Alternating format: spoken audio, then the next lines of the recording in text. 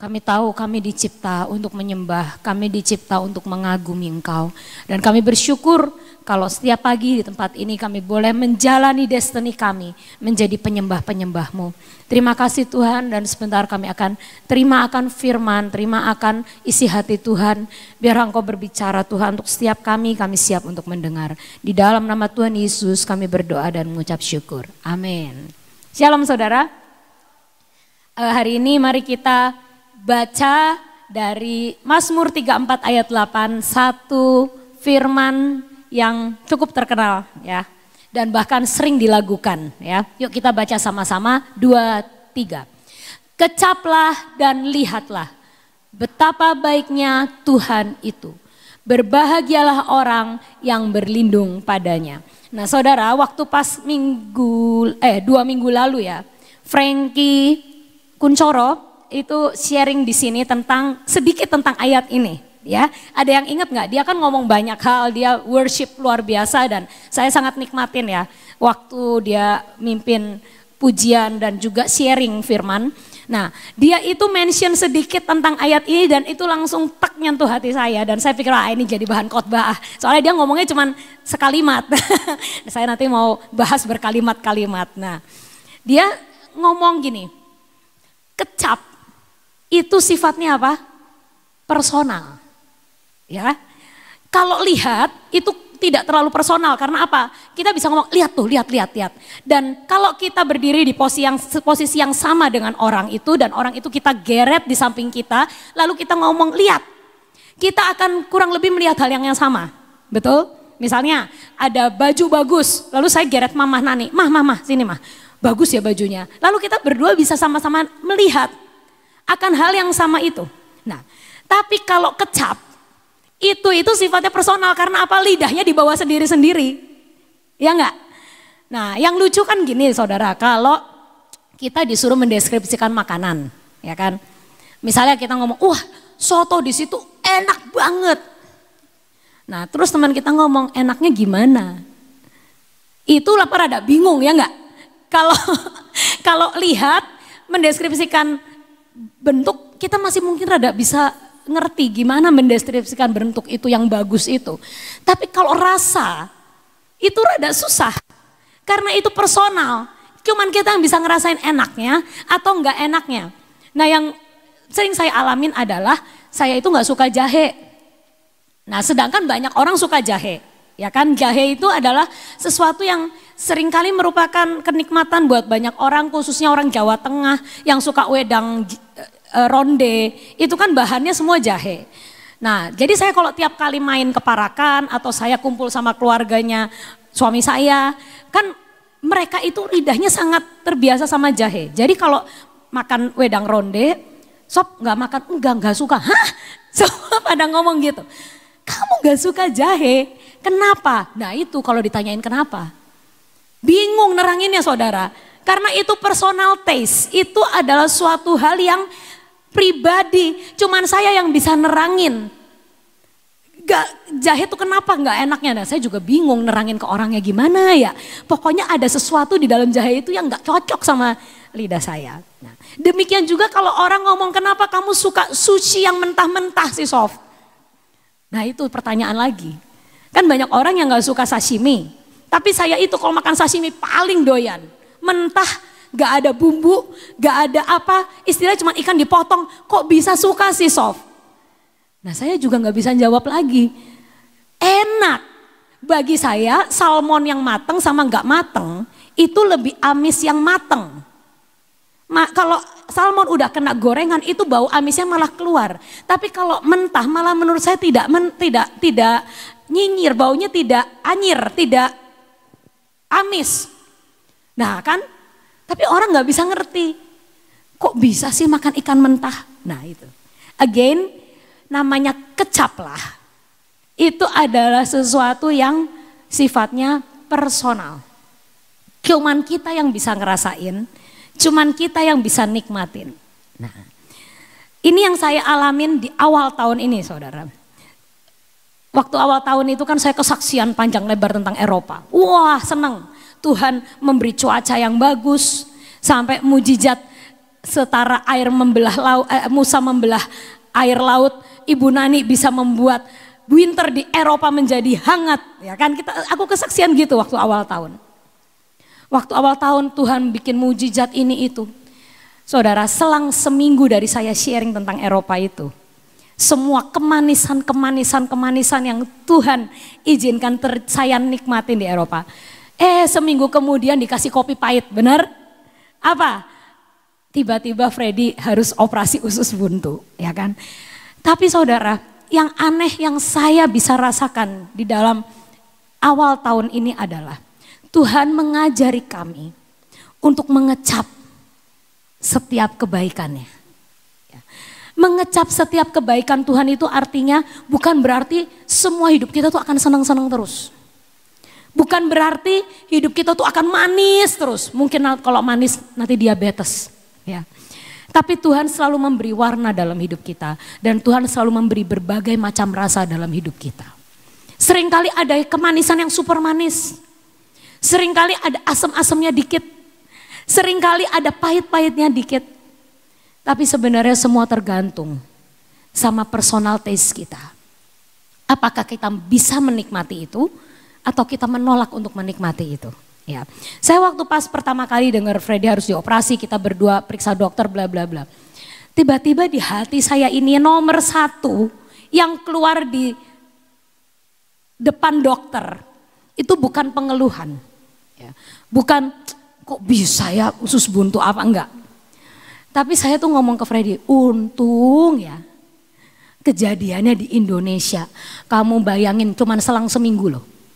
Coba kalau kamu usus buntunya bengkak ning Eropa, bayarnya pakai euro. Ya kan, bener gak saudara?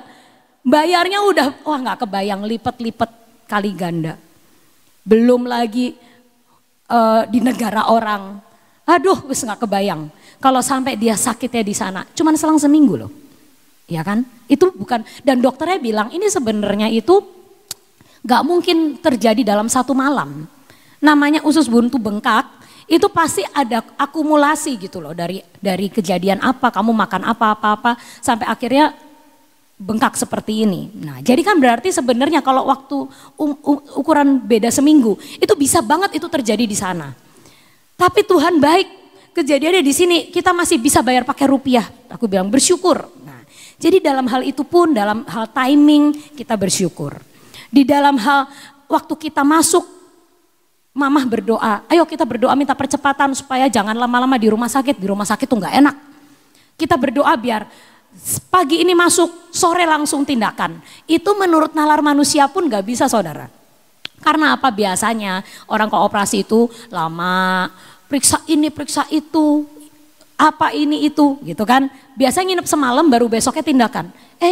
Kejadian lagi yang diminta sama kita. Pagi jam 10 masuk, jam 12 puasa, makan siang terakhir, lalu jam 5 tindakan. Saya juga mikir ini kayaknya dokternya mau sincaan ini kayaknya ya. Jadi dipercepat semua, tapi sebenarnya suatu hal yang indah menurut saya. Jadi gini, di dalam kepahitan-kepahitan yang Tuhan izinkan terjadi pun, kita bisa kok nikmatin, amin. Ya, di dalam keaseman-keaseman, mungkin hidup kita nggak manis terus. Tapi di dalam asam-asam itu, sebenarnya kita bisa punya personal taste yang mensyukuri akan semua itu dan menikmati akan semua itu. Nah, saya punya satu pengalaman kenapa saya minta Amos gambarnya kopi. Karena saya itu punya pengalaman tentang kopi dalam hal personal taste. Saya itu waktu pas dulu kuliah, saya kuliah arsitek saudara. Dan kuliah arsitek itu terkenal dengan selalu lembur.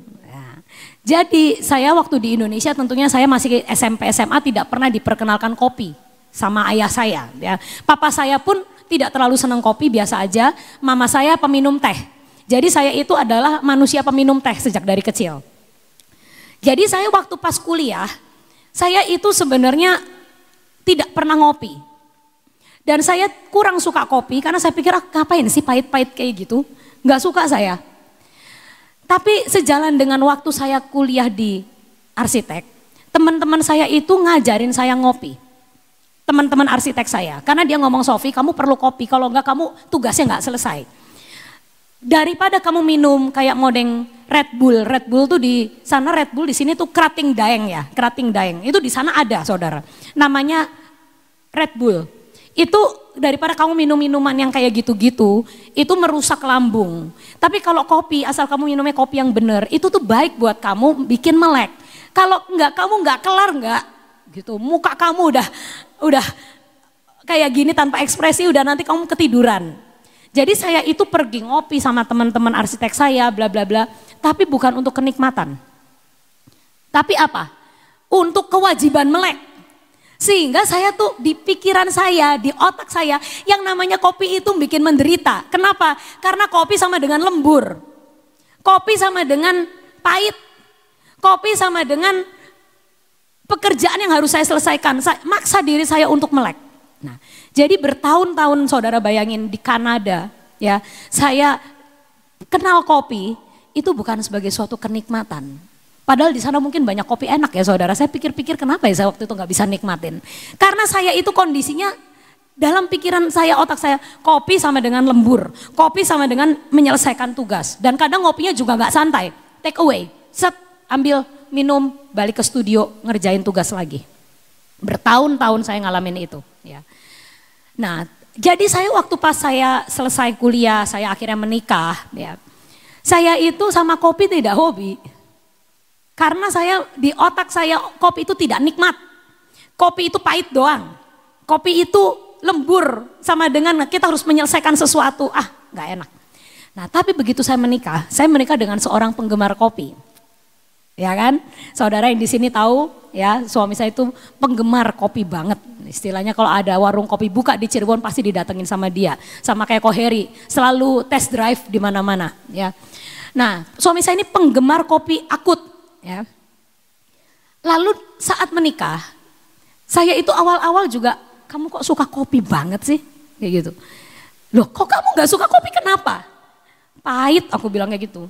Kan ada yang dikasih susu, iya saya tahu dikasih susu, dikasih gula aren bahkan sekarang. Tapi ada pahit-pahitnya itu saya gak suka. Loh kok aneh, dia bilang gitu, kopi itu enak sekali. Tapi dia tidak memaksa saya untuk harus ayo minum, enggak. Cuman saya itu jadi sering menemani dia ngopi. Ya, jadi misalnya dia ke Starbucks atau kemana, ke warung kopi mana, nyobain kopi baru. Saya selalu ya nemenin, mau gak mau kan, masa suruh ngopi sendirian, kasihan banget kayak orang belum married aja gitu ya. Kalau orang baru married kan pasti harus nemenin gitu. Jadi saya tuh mulai menemani suami, merasakan suasana coffee shop yang oke, bla bla bla. Saudara tahu, hari ini saya ketularan jadi tukang ngopi. Ya, saya jadi suka kopi seperti dia suka kopi. Bahkan saya sudah bisa membedakan kopi enak dan kopi tidak enak. Ya, bahkan saya juga bisa minum kopi. Dulu saya nggak bisa tuh minum kopi yang kopi doang gitu loh. Sekarang saya mulai bisa. Oh iya ya, kopi ini kalau kopi nggak ada campuran apa-apa jadi kerasa, itu rasa aslinya. Nah, saya jadi suka kopi. Padahal kopinya berubah nggak? Zaman dulu sampai sekarang, ya sama. Kopi tetap pahit. Kopi tetap ada pahit-pahitnya, kadang ada asam-asamnya juga. Tapi kenapa dulu saya nggak bisa nikmatin, sekarang saya bisa nikmatin? Karena apa? Dengan siapa kita mengopi, dengan siapa kita menikmati itu juga menentukan. Betul? Waktu dulu saya ngopinya sama teman-teman yang ngejar pekerjaan harus kelar, serba buru-buru, nggak bisa nikmatin. Tapi saya sekarang sama suami saya ngopi bisa nikmatin karena dengan siapa saya menjalaninya ternyata itu pengaruh. Daud adalah orang yang bisa mengecap semua rasa. Baik asin, manis, asam, pahit kehidupan. Daud berkata, aku mengecap karena dia menjalaninya bersama siapa? Tuhan. Ada satu ayat yang terkenal dari Daud. Mazmur 119 ayat 71. Saya bacakan. Daud yang ngarang ini juga. Daud yang bikin statement ini juga. Bahwa aku tertindas itu baik bagiku. Supaya aku belajar ketetapanmu. Orang yang sama berkata. Pahit, asam itu baik bagiku. Karena dengan gitu aku belajar mengenal siapa Tuhan. Daud ini menurut saya orang yang luar biasa. Saya ngefan banget sama dia. Karena apa? Dia tuh hidupnya gak mulus, saudara. Dia adalah orang yang pernah di puncak tertinggi dan di lembah yang terdalam. Bayangin, dia adalah raja, tapi raja yang sama itu dia dikhianati oleh anaknya sendiri. Dan itu menurut saya hal yang paling menyakitkan. Tapi Daud berkata, aku selalu mengecap kebaikan Tuhan. Di saat yang tertinggi dia berkata, aku nikmati bersama Tuhan. Tapi di lembah yang terdalam dan waktu dia dikejar-kejar Saul, itu banyak banget mazmur yang dia karang di saat lembah yang terdalam itu. Artinya apa? Di lembah yang terdalam pun dia tetap bisa bersyukur. Dia tetap bisa nikmatin akan kebaikan Tuhan. Dia akan bisa nikmatin penyertaan Tuhan. Sehingga Daud itu gak pernah kecewa sama Tuhan, betul? Pernahkah kita ngomong Daud kecewa dan mutung dan meninggalkan Tuhan? Dia gak pernah. Karena di saat yang tertinggi dalam hidupnya, saat yang terendah dalam hidupnya, dia punya kemampuan untuk mengecap kebaikan Tuhan. Di saat pahit, dia bilang, aku nikmatin kepahitan ini. Asal aku nikmatinnya bersama Tuhan. Seperti aku waktu dulu gak bisa nikmatin kopi, tapi sekarang aku bisa nikmatin kepahitan kopi karena temennya enak buat nongkrong. Karena saya nikmatin kopinya bersama dengan suami saya di tempat nongkrong yang enak. Nah, jadi semua itu bukan masalah rasanya, bukan masalah apanya, tapi personal taste kita.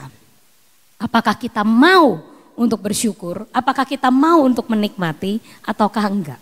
Seperti orang naik jet coaster, ya.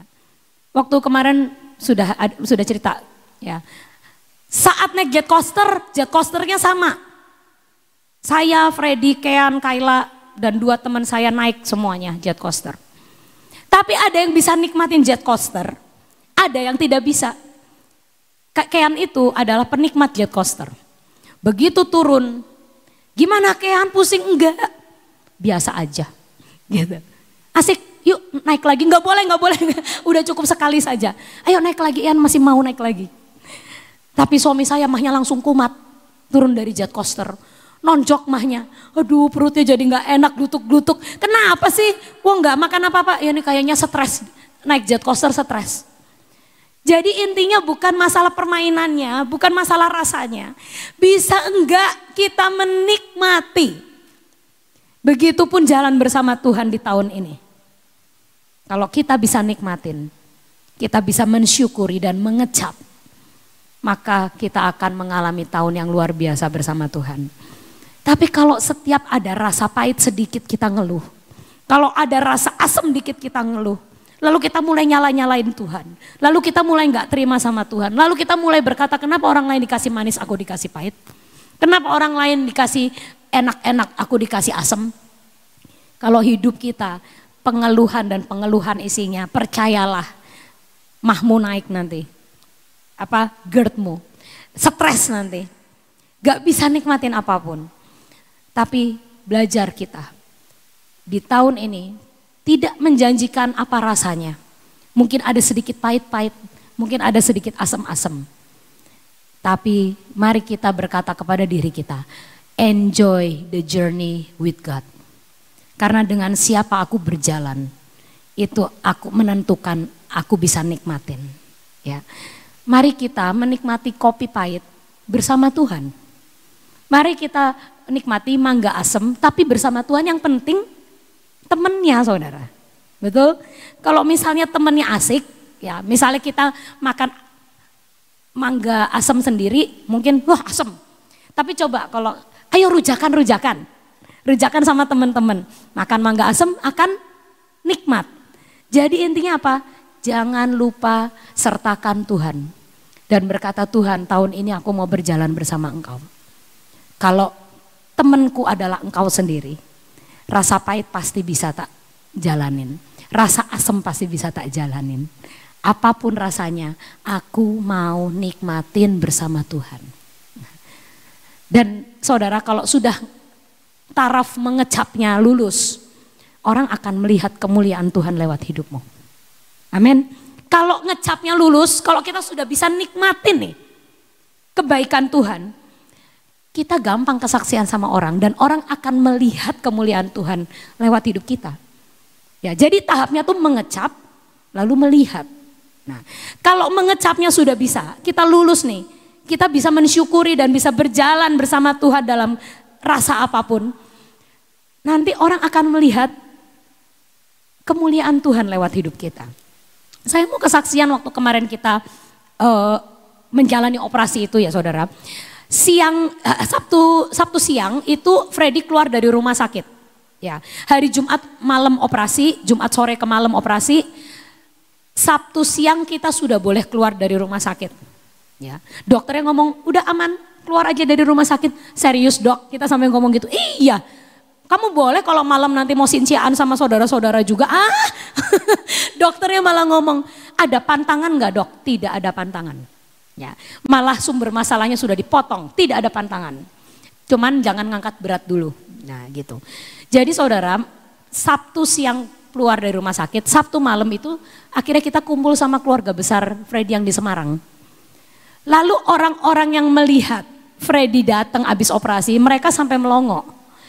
Kamu tuh bukannya habis operasi gitu.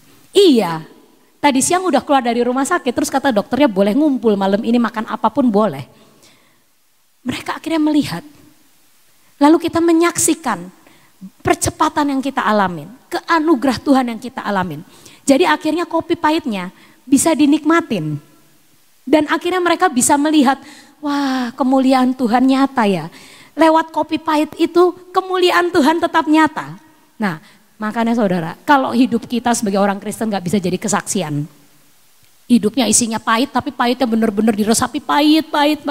Kamu gak bisa jadi saksi. Nanti orang bisa, waduh ikut Tuhan kok pahit terus. Aduh ikut Tuhan kok asem terus, kok kayak gak nikmat ya. Tapi saat kita bisa nikmatin porsi kita itu, orang melihat. Terus nanti kita ngomong sini lihat kebaikan Tuhan. Lalu orang bisa mengaminkan, iya ya Tuhan itu kok baik banget sama kamu. Nah itu saudara, jadi intinya adalah jangan kita mengeluh dalam rasa apapun yang Tuhan izinkan terjadi dalam hidup kita. Nikmati, karena kita tahu dengan siapa kita menikmatinya. Dan yang kedua, saat kita selesai menikmati bagian kita, kita bisa melihat ke orang, bisa berkata pada orang, lihat. Tuhan betapa baiknya Tuhan itu. Dan kami orang yang berbahagia karena kami orang yang berlindung kepadanya. Mazmur 34 ayat 9, kecaplah dan lihatlah betapa baiknya Tuhan itu. Dan berbahagialah kita yang berlindung kepada Tuhan. Amin.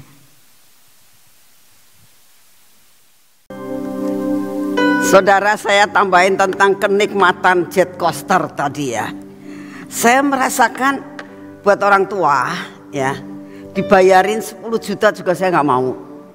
Gitu ya. Apa nikmatnya gitu. Badan diputar-putar gitu. Dan yang kedua, bagaimana kalau mogok di jalan. Pas kitanya di atas gini stuck. Nah, karena kita punya pikiran itu terlalu panjang ya. Aduh, kalau begini bagaimana? Kalau begini bagaimana? Kalau begini bagaimana? Jadi cara berpikir kita dalam melakukan menjalani kehidupan itu belum apa-apa udah ketakutan. Karena apa? Dipengaruhi oleh pikiran kita.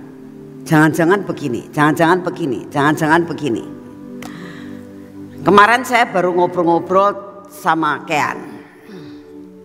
Nah, saya tanya, dia tuh ngomong gini, Omah, di sekolah dia bilang, itu kalau di TK kan ada itu mandi bola, di SD tuh nggak ada apa-apa, dia bilang gitu.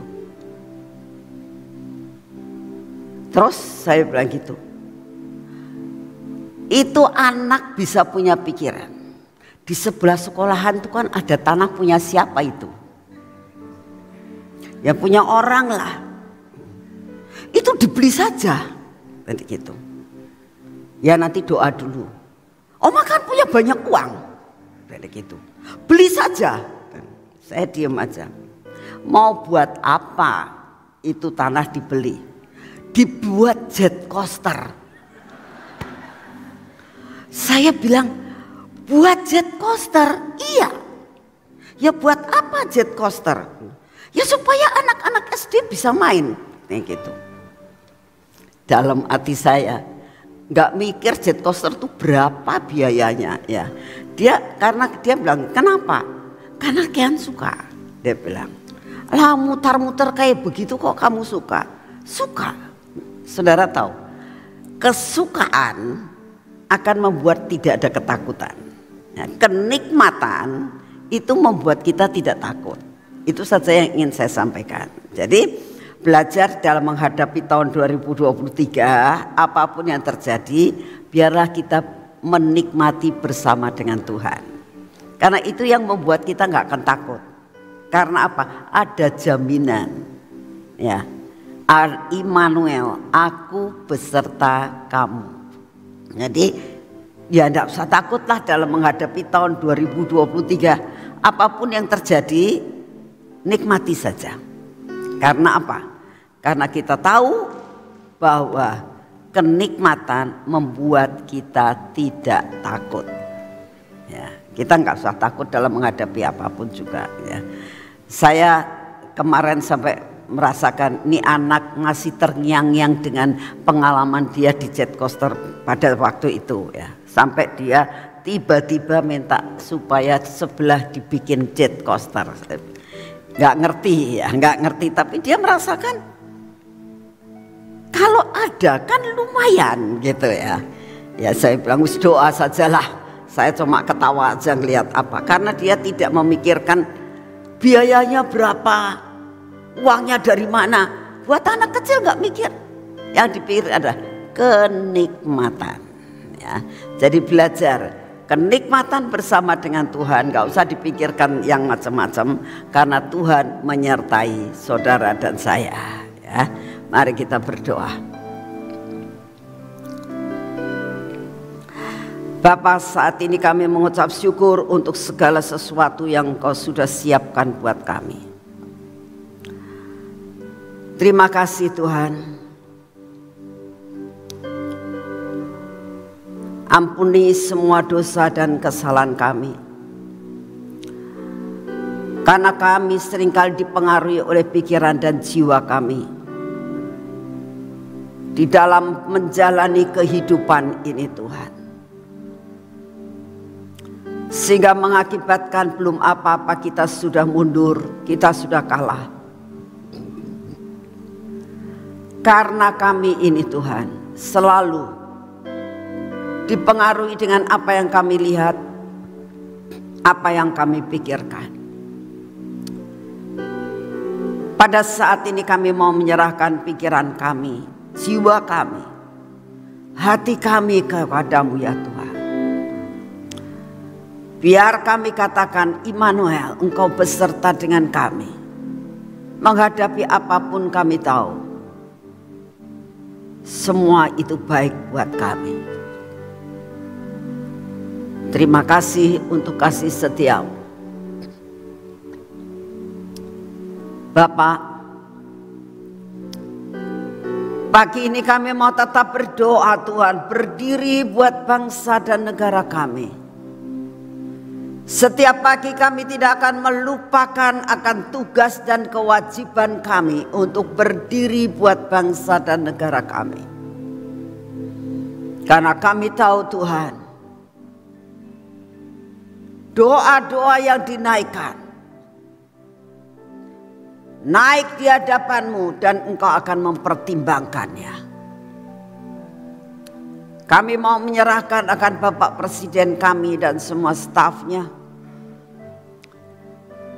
yang Kau percayakan untuk mengelola akan bangsa yang besar ini Tuhan.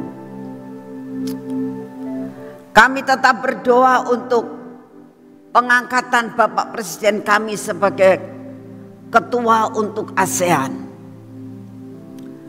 Bapak, kami doakan biar Bapak Presiden kami bisa menjadi berkat untuk negara-negara ASEAN. selain menjadi berkat buat bangsa dan negara kami ini, hikmat dan marifat yang daripadamu kau berikan, kekuatan dan kesehatan kau berikan, sehingga benar-benar dia menjadi contoh dan teladan yang sangat baik. Engkau memberkati bangsa ini Tuhan, karena bangsa ini adalah bangsa yang menjadi milik-Mu. Banyak anak-anak-Mu di bangsa ini Tuhan, yang selalu berdoa dan mau berdiri buat bangsa ini. Kami juga menyerahkan akan semua keadaan kondisi cuaca yang ada di negara kami ini. Bapak, Engkau memegang kendali atas keadaan cuaca di negara kami. Kami mohon anugerah-Mu, biarlah cuaca di negara kami ini Engkau yang memegang kendalinya Tuhan. Terima kasih untuk kasih setia-Mu. Terima kasih ya Tuhan, Engkau sungguh amat sangat baik. Saat ini kami datang di hadapan-Mu Tuhan. Engkau tahu akan gempa bumi, Engkau tahu Tuhan akan banjir, longsor. Kami mempersembahkan semua kepada-Mu. Engkau tetap akan memegang kendali dalam kehidupan bangsa dan negara kami. Terima kasih untuk semuanya. Dan pagi ini Tuhan, kami mau bersatu hati, kami percaya bahwa kami ada di dalam perlindungan yang daripada-Mu. Oleh karena itu kami minta di dalam nama-Mu, kami terima akan semua kekuatan secara jasmani. Kami terima akan daya tahan tubuh yang baru, daya tahan tubuh ilahi masuk di dalam tubuh kami, mengusir semua virus, mengusir semua sakit penyakit, mengusir segala kelemahan yang ada dalam tubuh kami, sehingga daya tahan tubuh yang baru ini menguasai tubuh kami, sehingga kami menjadi kuat dan sehat, mencapai puncak destiny kami. Terima kasih untuk semuanya. Terima kasih ya Bapak. Kami berdoa untuk sebentar sore. Kami berdoa untuk 3 hamba Tuhan yang akan menyampaikan firman-Mu sebentar sore. Engkau berikan pengurapan yang baru, Engkau berikan hikmat, Engkau berikan pewahyuan Tuhan, sampai menjadi berkat buat kami semua yang datang sebentar sore. Kami mau menyerahkan ibadah kami sebentar sore ke dalam tangan-Mu. Engkau yang akan menguasai. Kami berdoa buat streaming, kami berdoa buat saudara-saudara kami yang tidak hadir, biar mereka boleh streaming Tuhan. Terima kasih untuk kasih setia-Mu. Dalam nama Tuhan Yesus. Mari kita masuk dalam pengurapan.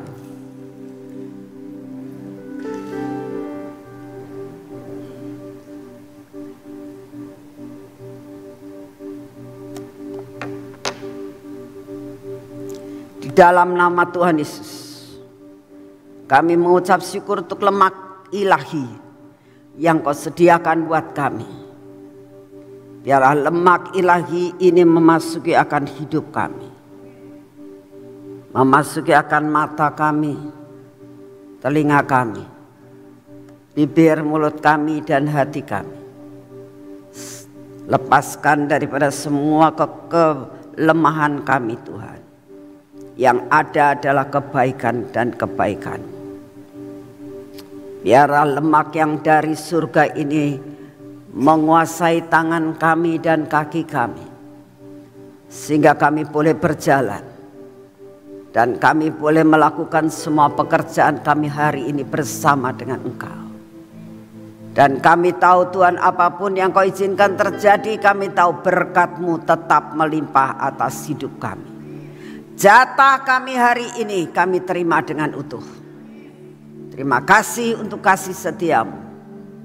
dalam nama Tuhan Yesus. Amin. Selamat pagi, Tuhan memberkati saudara semuanya.